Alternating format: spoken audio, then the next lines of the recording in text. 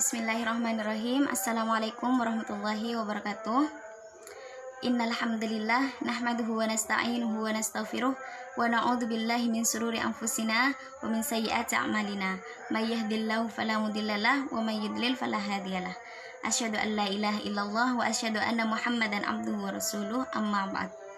Pertama-tama, puji syukur kita haturkan kepada Allah Subhanahu wa taala yang telah memberikan rahmat dan nikmat kepada kita semua sehingga kita bisa berkumpul dalam keadaan sehat walafiat.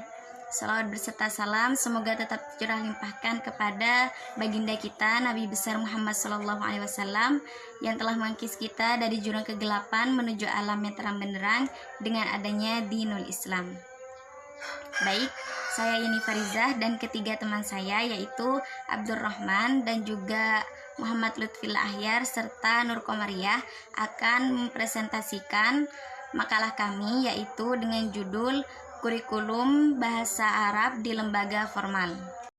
Baik, untuk materi pertama yaitu struktur kurikulum madrasah yang akan disampaikan oleh saudara Muhammad Lutfil Ahyar. Kepadanya kami persilahkan. Bismillahirrahmanirrahim. Assalamualaikum warahmatullahi wabarakatuh. Nama saya Muhammad Lutfil Ahyar. Saya di sini akan menjelaskan tentang struktur kurikulum madrasah. Apa itu struktur kurikulum madrasah? Struktur kurikulum madrasah adalah susunan atau bangunan kurikulum pada madrasah yang memuat konsep tentang bagaimana sebuah pelajaran harus dijalankan pada sebuah madrasah. Terus, kenapa harus ada struktur madrasah? Dengan adanya struktur kurikulum ini, madrasah mempunyai pedoman tentang beberapa alokasi yang dibutuhkan untuk tiap mata pelajaran dan muatan apa saja yang bersifat prioritas dan pilihan.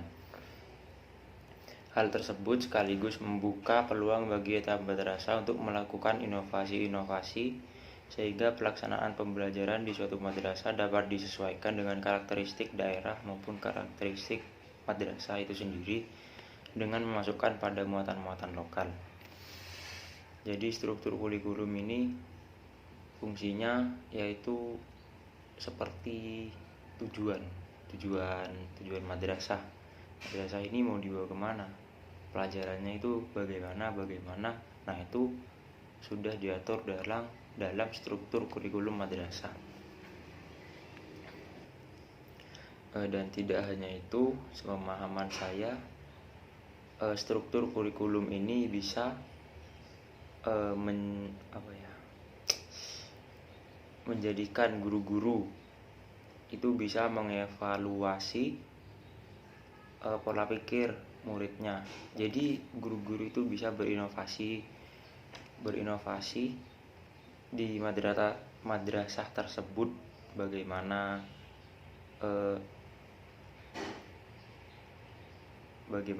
pelajaran selanjutnya atau metode pelajaran selanjutnya itu bagaimana guru dapat berinovasi karena adanya struktur kurikulum madrasah ini. Dan madrasah sanawiyah atau MTS juga berhak untuk menyelenggarakan mata pelajaran muatan lokal hingga sebanyak-banyaknya 3 mata pelajaran muatan lokal dengan jumlah penambahan beban belajar maksimal 6 jam per minggu. Jadi MTS ini bisa memasukkan pelajaran-pelajaran muatan lokal seperti fikih, pokoknya yang berbau-bau agama, karena di sini kan madrasah, jadi ya identik dengan bau-bau agama gitu. Struktur kurikulum yang mulai berlaku pada tahun pelajaran 2020-2021 ini diatur melalui Keputusan Menteri Agama Nomor 184 tahun 2019 tentang pedoman implementasi kurikulum pada madrasah. Dan muatan pembelajaran di madrasah ini dikelompokkan menjadi 2, yaitu muatan nasional dan muatan lokal. Muatan nasional itu mencakup mata pelajaran seperti umumnya PKN, bahasa Indonesia, bahasa Inggris. Itu termasuk muatan nasional. Hal ini ditetapkan oleh Peraturan Menteri Pendidikan dan Kebudayaan Permendikbud maupun keputusan Menteri Agama nomor 184 tahun 2019. Dan jika ingin jelas, di makalah kami sudah tersedia itu contohnya struktur kurikulum.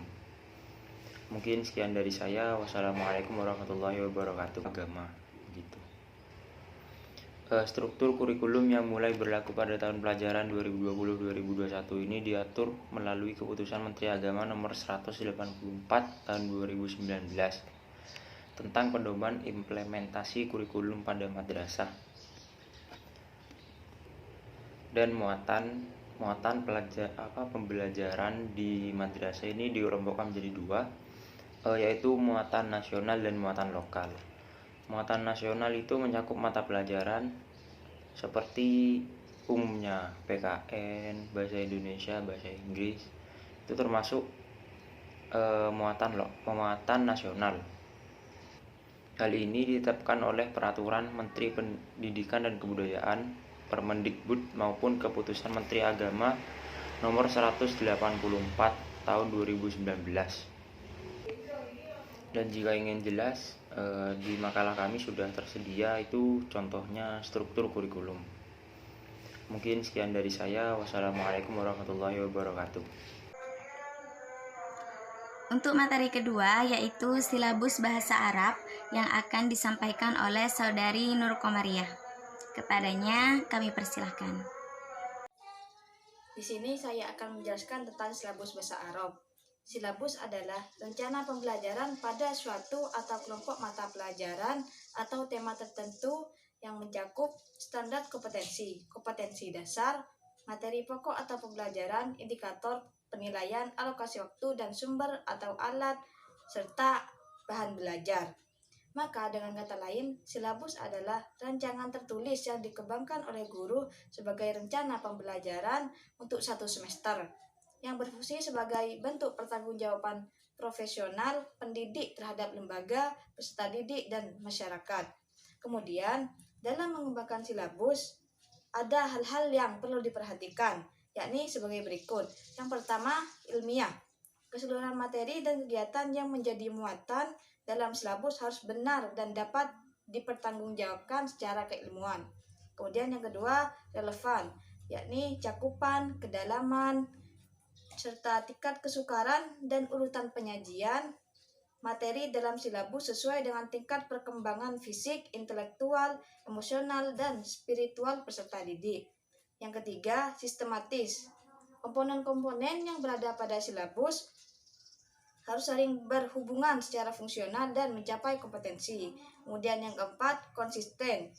Yang kelima, memadahi, yakni cakupan indikator, materi pokok atau pembelajaran, kegiatan pembelajaran, dan sistem penilaian cukup untuk menunjang pencapaian kompetensi dasar.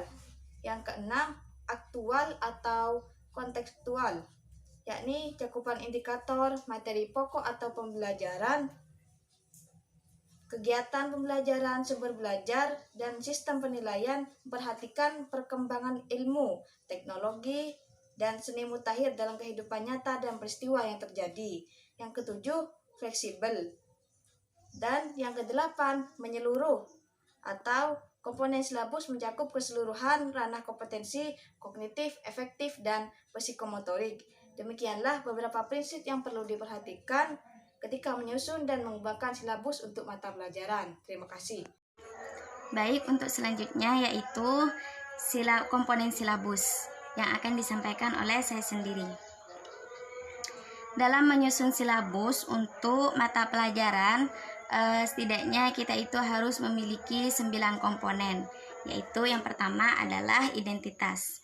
Nah, di dalam identitas ini biasanya berisi identitas sekolah, kemudian mata pelajaran, kelas atau semester, serta standar kompetensi dan juga durasi pembelajaran. Yang kedua yaitu standar kompetensi.